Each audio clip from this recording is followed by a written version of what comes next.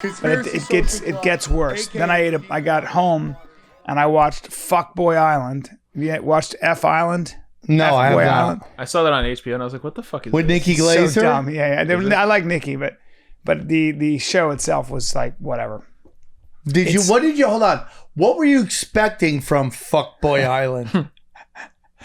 Nothing but what I saw. And that's on what, HBO? I don't know. What is it on? What's happened to HBO?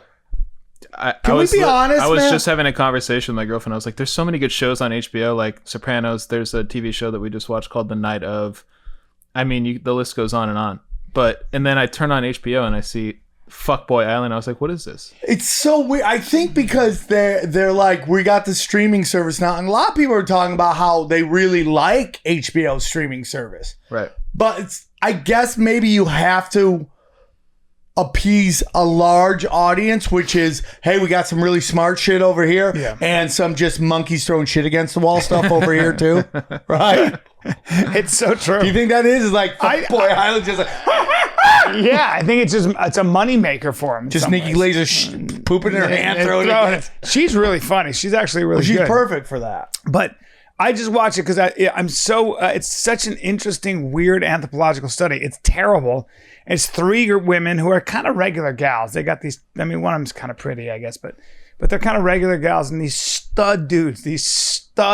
Like these guys, when you see them, you're like, how the fuck are you built like that? How do you have like a body like that? You gotta start early. These black guys on the show look like they walked off the football field. Yeah, they were first draft, All-American draft picks, and like the guy, the guys who like are built like Reggie Bush. They all look like Reggie Bush. Like they all, and you're like, how the hell are you built like this?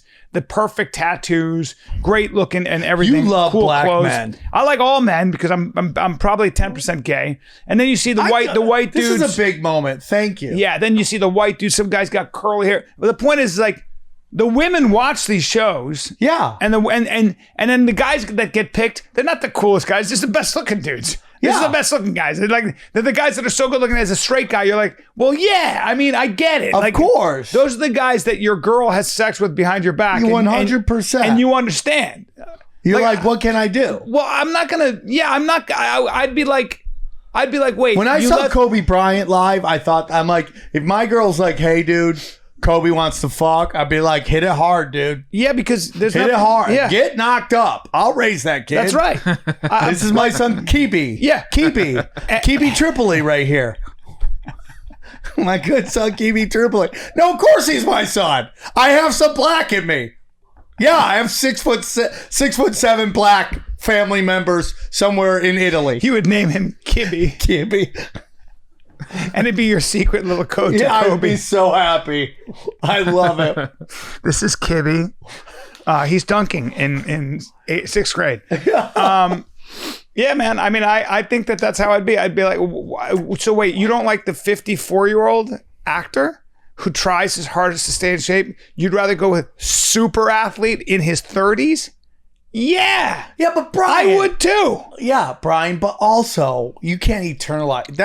That is my biggest problem, and I love women, but why they can make comedy harder? Because they eternalize everything. Right. Every joke about women is about them personally, and they internalize it all. And you're like, I'm not talking about you. Yeah. I'm talking about this crazy chick I banged in my car. Quiet up, yes, right? Yes. And they do that. So that's what you're doing. You're like, oh, nobody wants me because they want that. Yeah, they can go out there and get fucking smashed. Yeah. But it's like, you bring something else to the table. Of course. You bring stability. No, of course. Blah blah blah. I mean, I know. I'm. You don't want to live on fucking Fuckboy Island, right? I definitely don't want. The problem with those wonderful guys, God bless them, is that when you're that good looking and you're a TikToker in your 30s, it's an issue. It's like, I get it. It's like these guys are they get them off social media and they're basically like these hot dudes who didn't make the football team. I get it. And I have no problems with them doing them at all. No, they're good but guys. It's like, dude, when you follow that hot porn star on Instagram, right? Yeah. Like, you're like, oh, she's so hot. Do you want to date her, dude? No. Like, do you want to, is that where you want to live? No. No. And as somebody who's dated and you to some beautiful women in my life, some of the most beautiful women in the world, you better have more than just that. Because after a while, you know, it's one of my favorite lines, and I'm going to butcher it from Lord of War, the Nicolas Cage movie. Is like, eventually your fantasy woman just becomes, you know, your girlfriend, basically. That's right. Point. And you have to what is there? That's exactly right. It's like Dov Davidoff's greatest joke, like one of the greatest jokes. He goes, Why do gay guys look like they smell cookies? No, that's another great one. But beauty is essentially a commodity. Just like, so if I put you in a pool and you start swimming with dolphins, like dolphins are swimming around you, for the first 45 minutes, that's going to be pretty awesome. It's dolphins and you're swimming with them. After 45 minutes, it's dolphins and you're like, get me out of this pool because I'm wet. Yeah. The thing feels like an olive. I guess that's cool. The other one brushed my hand. But I got to get out of the pool now. It was good, but I got to get back, you know. Yeah. You got to have more. The dolphin's still going, It's smart, but it still just jumps through hoops for fish. It's like, all right. So, you know. According to Red Band, dolphin pussy is the closest to human pussy. But go on with your story. All right. I didn't know that. But at the end of the day, I think what is funny about women universally, it seems, universally in all these dating shows, and I watch them because Kid Dynamite watches them, is that they all like tall, dark, and handsome. If a guy walks in, he's tall, dark, and handsome, it's the end. If a guy's short, it's always a liability. If the guy comes in and he's tall, he wins. I was just talking on the trip on the Tinfoil Hat comedy tour. Yeah. I was just talking about how Jesus had to be tall, dark, and handsome. 100%. No one would ever listen to midget Jesus.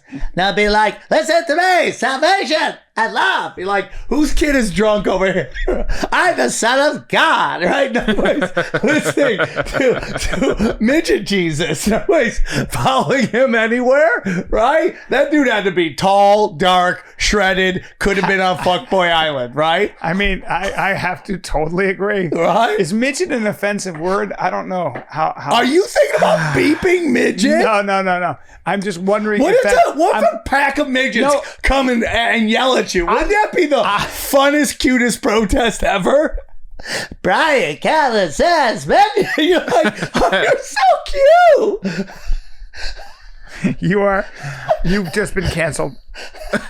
He's just been canceled. Oh man. That's an unbelievable joke. I don't know. I don't know if midget is Bryan, if you have to ask that, it's like I used to have jokes about that. If you have to ask if it's offensive, it's not offensive. Exactly. I instantly know if something's offensive. I know.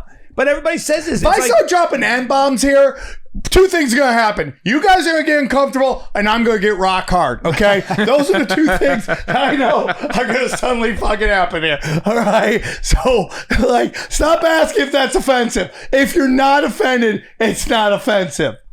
I love you. And I agree with you 100%, and that's fucking hilarious.